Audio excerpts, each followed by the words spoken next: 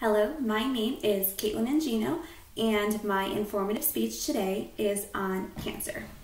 Cancer is the name of a collection of related diseases. There are many different forms of cancer, but they all have one thing in common, and that is the body begins to divide into cells and it spreads to the surrounding tissues. Cancer can start anywhere in the body, and once it starts, it goes through a process.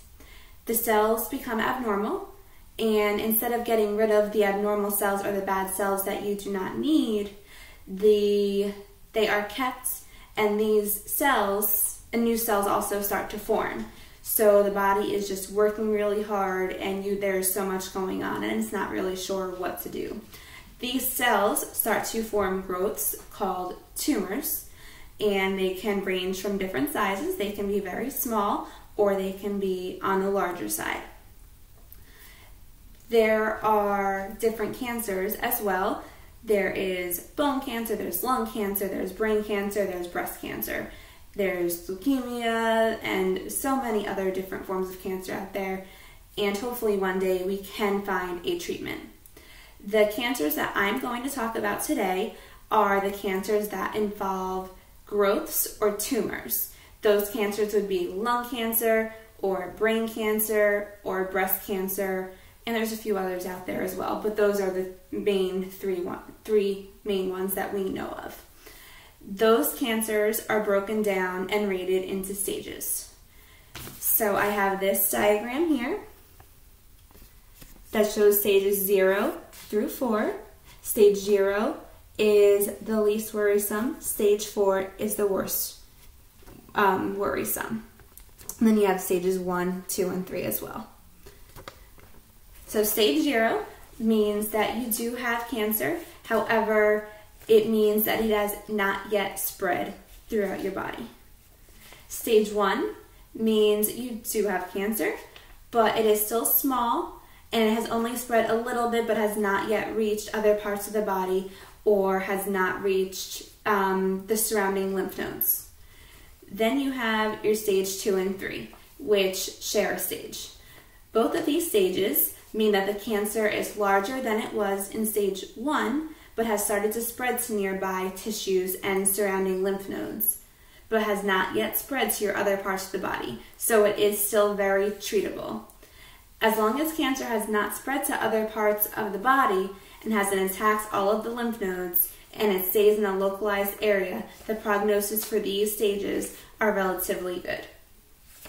Then you have your stage 4 cancer, which is the highest stage cancer that there is.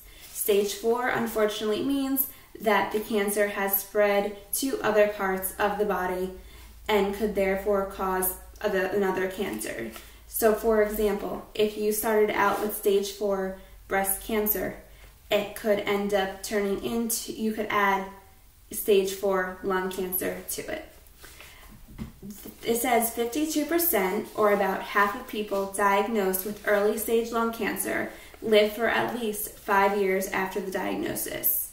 The 5-year survival rate for people with stage 4 cancer is at about 4%.